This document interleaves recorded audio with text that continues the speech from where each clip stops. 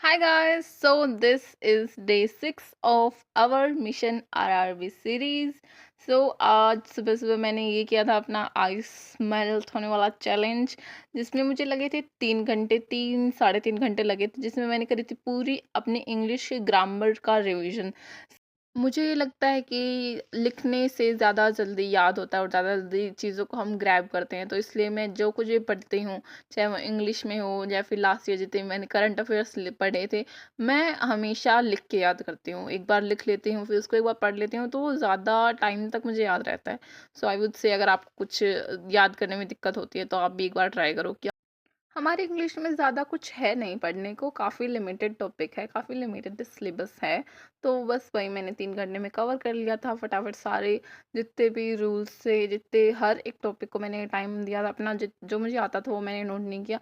जो मुझे नहीं आता, मतलब आता तो सब कुछ ही है, लेकिन जो मुझे याद नहीं रहता लंबे टाइम तक, वो मैंने लिखा। तो ऐसे लिख के आप भी याद कर सकते हो अगर आपको कुछ प्रॉब्लम होती है तो।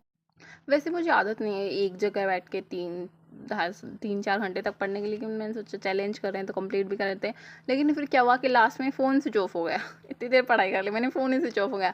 काफ़ी देर बाद पता चला हमें, फिर मैंने सोचा ठीक है कोई बात नहीं। फिर हमने खाया बहुत ही यमी टेस्टी से पास्ता। फिर पास्ता खाने के बाद आ गए हम क्वांट की कुछ बेसिक कैलकुलेशन करने, क्योंकि काफ़ी दिन से क्या हो रहा था, मेरी स्पीड थोड़ी गिरती जा रही थी, क्योंकि मैं कुछ दिनों से स्पीड मैथ्स को स्किप कर रही हूँ।